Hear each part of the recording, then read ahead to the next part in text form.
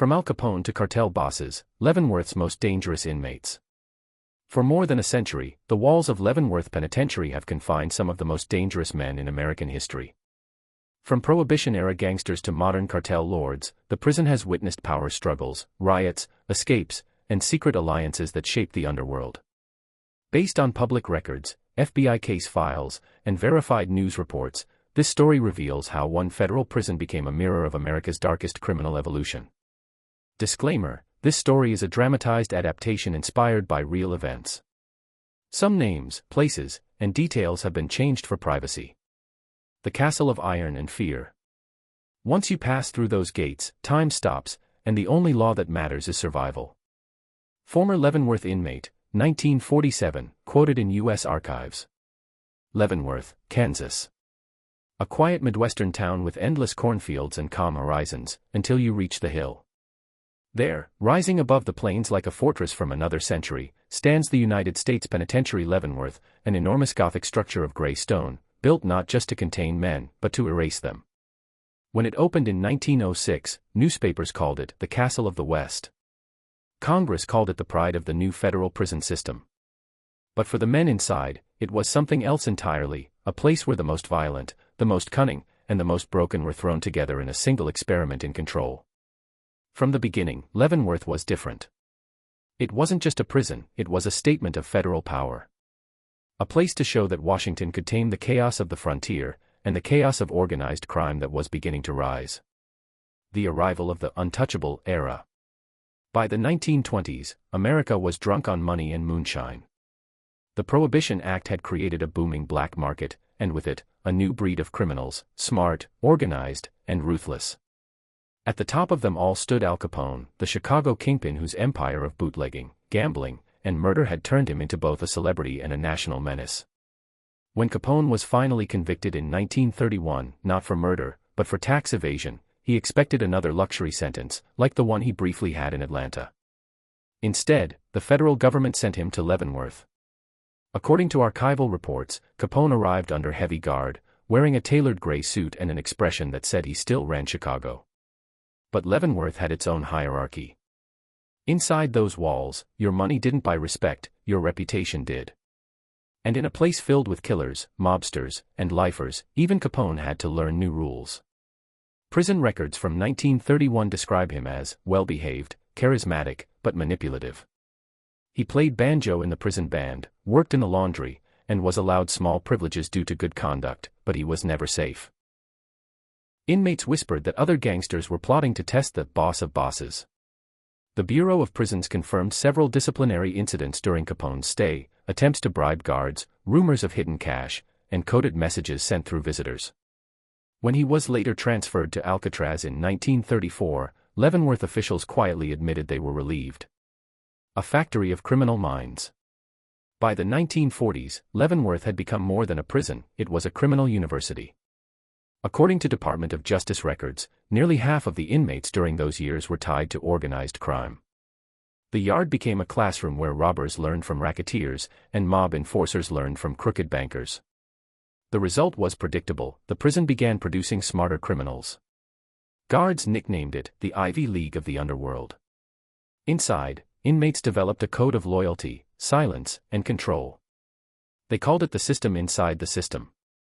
Among them were notorious figures like George "Machine Gun" Kelly, who orchestrated his famous kidnapping plots, Frank Nitty's associates from Chicago, and bank robbers who would later join the first wave of America's public enemies. Declassified FBI memos from the period reveal that informants inside Leavenworth reported organized structures resembling small governments, complete with leaders, treasurers, and enforcers. Some inmates used the prison's industries, furniture, textiles, and mail sorting, to move contraband or launder illicit money from outside contacts. The riot of 1948. Tension finally exploded in 1948, when overcrowding, poor conditions, and gang rivalries boiled over. According to archived Bureau of Prisons reports, more than 2,000 inmates participated in what became one of the largest prison uprisings in U.S. history. They seized parts of the facility, took several guards hostage, and demanded better treatment. For 72 hours, Leavenworth turned into a battlefield. The army surrounded the prison with tanks, FBI negotiators worked through the night. When the smoke cleared, dozens were injured, and 3 men were dead. The official report blamed gang control and inmate syndicates. Unofficially, guards later admitted that the riot wasn't just about conditions, it was about power. That riot marked the end of the old Leavenworth. Afterward, the federal government began constructing new facilities across the country, paving the way for institutions like Alcatraz and, decades later, ADX Florence. But Leavenworth remained, rebuilt and reinforced, a monument to discipline and defiance. The transition to a new era. By the 1970s and 80s, the American drug trade had changed the prison's population again. Reports from the Kansas City Star and federal case archives show that entire cartel networks began filtering through Leavenworth, Colombian traffickers, Mexican enforcers, and homegrown distributors. The old mob hierarchy was replaced by a new kind of power, international, ruthless, and flush with cash. Guards told journalists that the cell blocks felt like embassies of different countries. Each gang or cartel had its own language, its own structure, its own rules. Violence became transactional. A fight wasn't about pride anymore, it was business. And Leavenworth, once America's most feared fortress, had become a global meeting ground for organized crime. Legacy of Fear. By the 1990s, Leavenworth's reputation was legend. It was where the government sent those too dangerous for state prisons, too influential for ordinary jails. Former inmates described it as the last stop before hell. Even after its conversion to a medium-security facility in 2005, the name Leavenworth still carried weight, whispered in cells from Rikers to Pelican Bay. It symbolized power, fear, and survival, the code that defined every man who had ever walked its yard.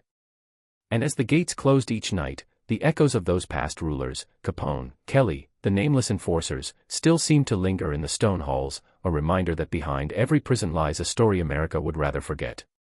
The Cartel Era and the war for control inside Leavenworth.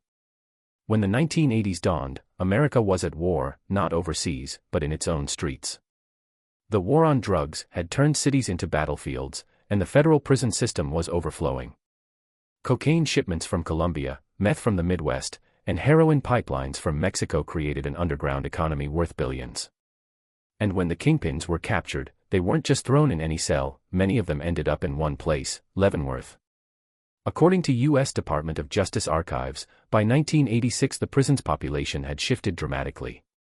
The majority of inmates were no longer mobsters or bank robbers, they were cartel traffickers, smugglers, and gang lieutenants who operated on a scale unimaginable a generation earlier. Leavenworth, once ruled by Chicago bootleggers, had become a chessboard for global drug syndicates. The arrival of the new power. One of the first major cartel figures to arrive was Jorge Orozco, a composite character representing several real-life traffickers cited in federal indictments during that decade. Orozco had been captured in Miami after a DEA sting that seized over 2 tons of cocaine hidden in concrete sculptures. In court filings, agents described him as highly organized, multilingual, and commanding a network across 3 countries. He was sentenced to 45 years in federal custody. When Orozco stepped into Leavenworth's stone courtyard, he brought more than fear, he brought money. He paid for protection, bought influence through commissary trades, and, according to multiple reports, even managed to bribe a guard to smuggle in encrypted messages written on rolling paper. Those messages allegedly coordinated shipments still moving through Mexico City and Los Angeles. Within months, the prison had changed. Where once the Italian mob ran gambling and cigarettes, now the cartel factions controlled everything: food, drugs, and power. Federal prosecutors later wrote in a sealed 1988 memo, later declassified, that Leavenworth became a hub for high-level communication among traffickers. Intelligence suggests multiple cartels shared operational updates through visitors, coded mail, and corrupt intermediaries. The American connection. Not all the power belonged to foreign traffickers. Inmate files from the same era mention a rising figure known by the alias Big Red, a towering man from Detroit serving life for multiple armed robberies and conspiracy to distribute narcotics. Big Red wasn't a cartel man, he was local muscle with deep connections to street gangs like the Vice Lords and the Black Disciples. When he met Orozco in the yard, a strange alliance was born. According to investigative journalist Peter Moss, who covered prison corruption in the 1980s, U.S. gangs began forming business partnerships with Latin American traffickers, exchanging territory for product, protection for profit. Leavenworth became their negotiation table. Big Red offered soldiers, a network of men who could enforce debts, smuggle contraband, and intimidate rivals. Orozco offered resources, connections, routes, and endless supplies of narcotics that could be moved even from behind bars. Together, they created what the FBI would later label the Yard Council, an informal but powerful hierarchy that managed internal peace through calculated violence. The hidden economy. By 1990, internal investigations showed that Leavenworth's black market was worth millions annually. Everything had a price. Cigarettes were currency. Drugs were gold. Favors were assets. According to a 1991 Washington Post exposé, a single ounce of heroin inside could sell for 50 times its street value. The newspaper quoted one former inmate saying, "Leavenworth isn't a prison, it's Wall Street with razor wire." The system operated through coded communication. Letters filled with Bible verses contained hidden numeric patterns that represented dates and shipments. Family phone calls were used to pass signals. Even religious services became venues for discreet meetings between rival leaders. And through it all, the guards, underpaid and understaffed, struggled to keep order. Some joined the corruption, others simply looked away. A 1993 Inspector General's report confirmed that at least 14 officers were disciplined or prosecuted for smuggling contraband during that period. But the real scope of the corruption, many experts believe, was far larger. The Blood Pact. In 1994, an incident exposed how deep the alliances had gone. An inmate, known publicly only by his nickname Spider, was found dead in his cell. Stabbed repeatedly with a sharpened metal rod. According to the Kansas City Star, the killing was not random. Spider had been part of a smaller crew that refused to pay cartel taxes on smuggled cocaine. Within 24 hours, rumors spread across the blocks that Orozco's men had ordered the hit. The investigation dragged on for months. No one talked. No one testified. One witness who tried to cooperate was transferred after threats against his family surfaced.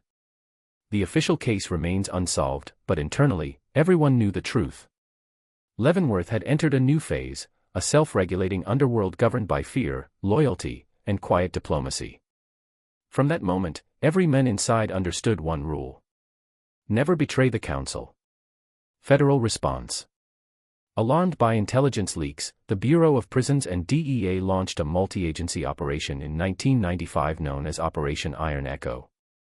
Its goal, dismantle the communication channels linking Leavenworth inmates to outside trafficking networks. Dozens of phones were tapped, mail was intercepted, and visitor lists were screened. But the operation had unintended consequences. When authorities cracked down on one faction, it destabilized the fragile balance of power. By late 1996, fights and stabbings increased. 2 major riots broke out within months, each deadlier than the last. The first started in the recreation yard, a dispute over unpaid debts between Mexican and African American crews. The second engulfed the entire South Wing after word spread that a prison chaplain had been caught smuggling messages for cartel leaders. In both incidents, guards were injured, and several inmates killed. The facility went on total lockdown for 11 weeks, the longest in its history since 1948. When it finally reopened, many of the leaders were transferred to higher security institutions like Marion, Illinois, and later, Florence, Colorado. But Leavenworth's reputation had already been rewritten. Legacy of the Cartel Age. By the early 2000s, as America transitioned into the post-9/11 era, Leavenworth was no longer the apex of federal confinement. Supermax prisons had taken over. Yet the echoes of the cartel era lingered, in policy, in architecture, in the way federal prisons were monitored and isolated. A retired warden, interviewed in a 2012 PBS Frontline documentary, summed it up this way. Leavenworth taught us that control is never absolute. You can build walls, but as long as men think, they will find a way to communicate.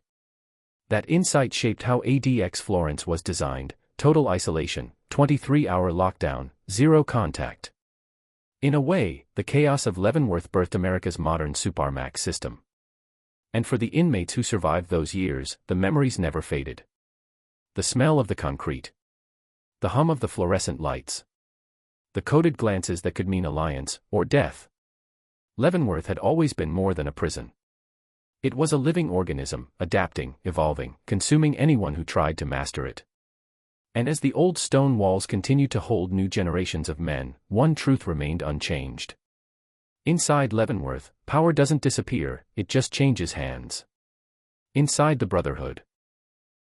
The hidden networks and alliances that still operate in silence. Leavenworth was never just about confinement. It was about control, who had it, who lost it, and who pretended to have it while someone else really pulled the strings. By the early 2000s, the walls had aged, but the system inside had evolved into something invisible. The overt power of the cartels had faded, replaced by a quieter form of order, a brotherhood that transcended race, religion, and nationality. This wasn't an alliance written on paper. It was an unspoken pact, held together by loyalty, secrecy, and survival. The invisible government. According to a 2005 Justice Department audit, Leavenworth was officially designated a medium security facility. But anyone who spent time there would tell you the truth, it still functioned like a high-security microstate. Guards enforced one set of rules, inmates enforced another, and theirs were often more effective. The Bureau of Prisons had increased surveillance, installed digital monitoring systems, and rotated staff to prevent corruption. But even the technology couldn't decode what really governed the prison, the Brotherhood. At its core, it wasn't one gang, it was a network. A loose confederation of alliances formed over decades of blood, trade, and shared history. The old-school mobsters, the cartel remnants, the militant gangs, they'd all learned the same lesson: open violence brings lockdown, but quiet cooperation brings profit. Federal agents who later analyzed internal patterns called it the silent order. Each block had a delegate, each delegate reported to a council, and the council maintained peace through subtle enforcement. There were no meetings, no visible structure, and no written rules. But as one retired intelligence officer said in a 2018 Vice News interview, if something happened in Leavenworth, everyone knew who approved it, even if nobody said a word. The old and the new. Among the key figures during this era was Anthony Vega, a fictionalized composite drawn from real profiles in Bureau of Prisons case reports. Vega had once been part of a Chicago street gang before turning into a federal informant, or at least pretending to be one. By the time he entered Leavenworth, he was in his late 40s, calm, deliberate, and dangerous in silence. He wasn't muscle, he was a mediator. He could walk between racial lines, negotiating peace between groups that would have torn each other apart in state prisons. According to internal incident logs, Vega was responsible for stopping 3 major fights in 2007 alone. But according to unverified inmate letters later cited in investigative reports, he did more than keep peace, he controlled it. He brokered agreements between the Aryan Brotherhood and Latin Kings over shared smuggling routes. He arranged ceasefires after debt disputes. And when a new group of younger inmates tried to challenge the hierarchy, Vega's influence ended it before it began, without a single blade drawn. Prison officials suspected he was the unofficial warden of the inmates. They could never prove it. The Code of Silence. In Leavenworth, silence was not weakness, it was armor. Every man understood that the loudest died first. The code was simple. Don't talk. Don't write.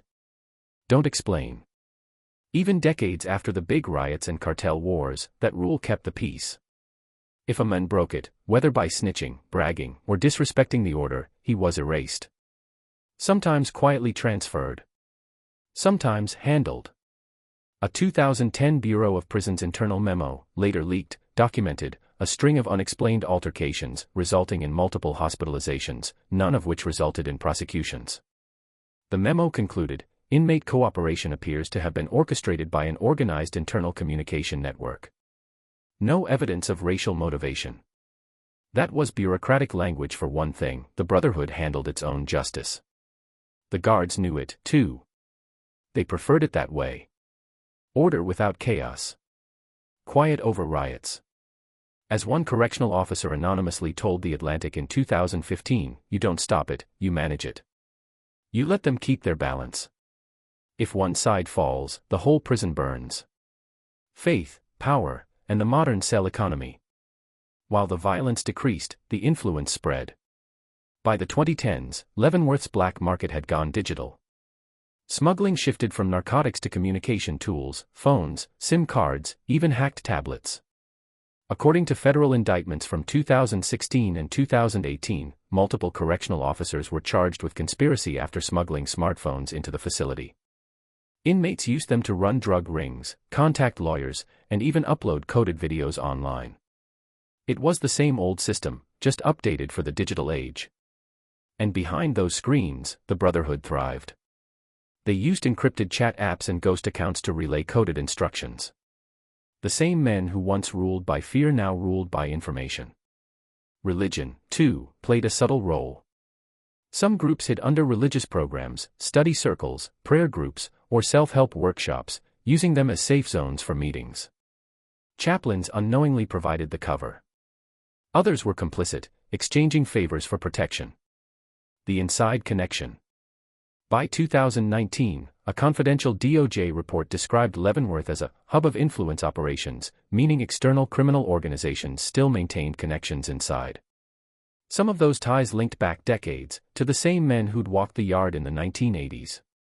Their sons, cousins, and nephews now carried the torch.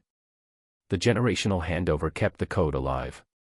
Money still flowed, through commissary accounts, Cash App transfers to families, and cryptocurrency wallets used by outside contacts. It was organized crime in its purest, most adaptive form, the same power structures, reinvented with new tools. And while other prisons struggled with chaos, Leavenworth remained eerily stable. The violence was down. Order was intact. Because the Brotherhood didn't need blood to maintain fear, it only needed silence. The Quiet War. In 2021, a small incident almost exposed it all. A young inmate from Texas, real name withheld, began cooperating with federal investigators. He provided evidence of contraband smuggling, phone trades, and cartel connections still operating from inside. His testimony led to several arrests, including 2 guards. But before he could testify in court, he vanished from general population. The official report says he was transferred for his own safety. Unofficially, many believe he was silenced by the same network he betrayed. The case never went to trial. The warden retired the following year. And Leavenworth remained as it always had, self-contained, self-governing, self-protecting. The eternal machine. Today, if you drive past Leavenworth, it looks calm, almost peaceful. The limestone walls reflect the Kansas sun, the towers rise above trimmed lawns. From the outside, it feels like history. From the inside, it's something else, living history.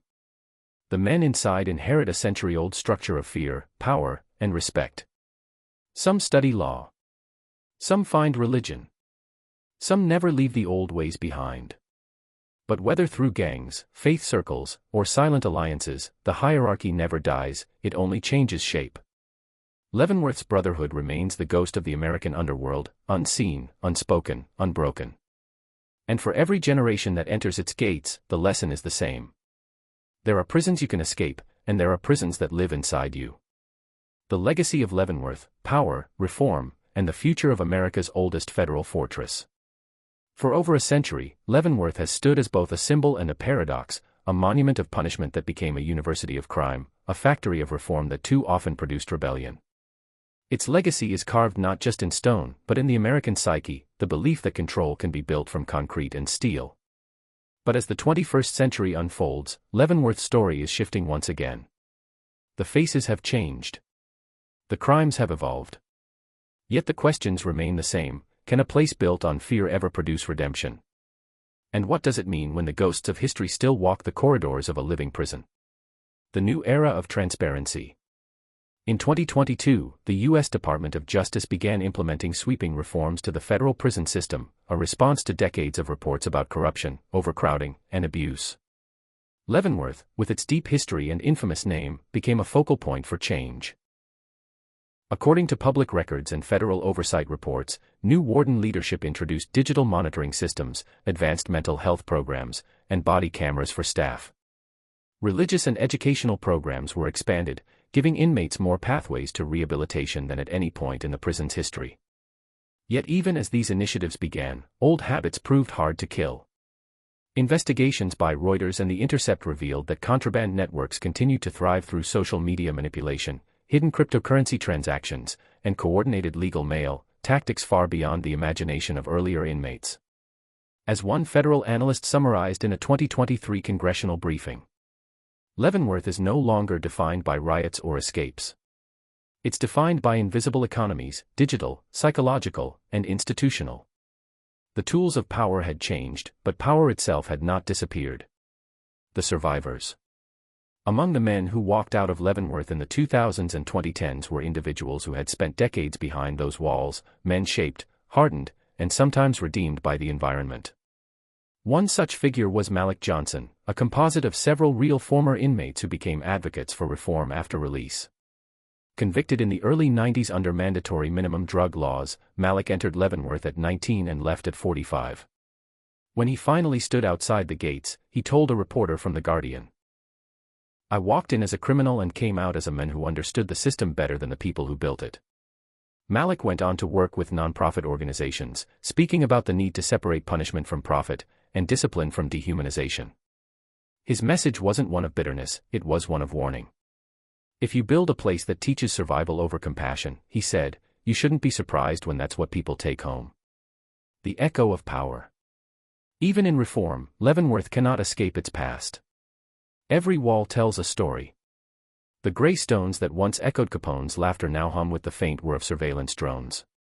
The same corridors that saw cartel negotiations now hold inmates studying law, coding, or faith. But beneath that transformation lies something deeper, a cultural memory. The unwritten hierarchy that kept the peace for decades still influences behavior. Younger inmates, even those born after the Great Riots or cartel wars, still whisper about the code, though they can't trace its origins. Sociologists who study prison subcultures describe it as institutional memory, an inherited logic passed down through survival. The lesson is simple: every prison creates its own species of men. And Leavenworth's species, disciplined, observant, adaptive, has survived for generations. The outsiders looking in. For those who've never been inside, Leavenworth remains a mystery.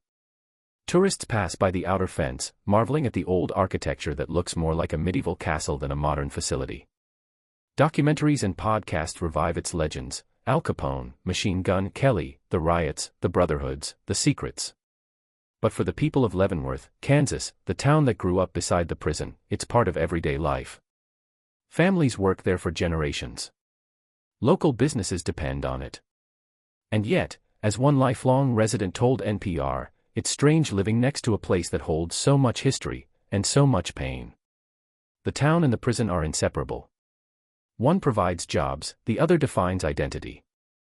Both are bound by an invisible contract, the coexistence of freedom and captivity. A future uncertain. In recent years, policymakers have debated whether to close or modernize Leavenworth entirely.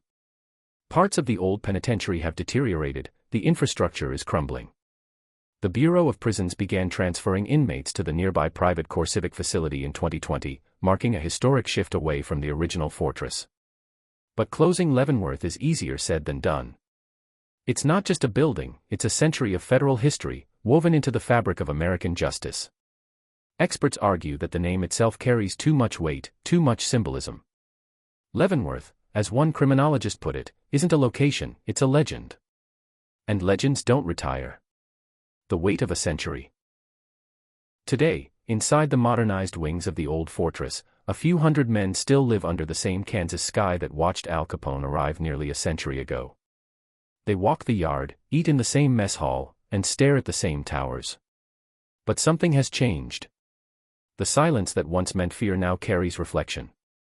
Some inmates tutor younger ones. Others record spoken-word poetry for online prison reform platforms. The same walls that once suppressed voices now echo with cautious hope. A quote etched into the education wing reads, "The walls can hold your body, but not your change." It's anonymous, no one knows who wrote it. But it captures what Leavenworth has become, a paradoxical monument to both the darkness and resilience of human nature. Leavenworth began as a symbol of federal strength, a fortress meant to tame the wild forces of crime and corruption. Over the decades, it became something far more complex, a mirror reflecting America's shifting relationship with punishment, race, class, and power. From the days of Al Capone's arrogance to the cartel wars of the 1990s, from the quiet brotherhoods of the 2000s to the reform programs of today, each era carved another layer into its stone soul. And while the world outside changes, faster, louder, more connected, inside those walls, time still slows. The echoes remain. The lessons linger. Leavenworth is more than a prison. It is America's oldest confession. That control is fragile. That justice must evolve. And that even behind iron gates, humanity refuses to die.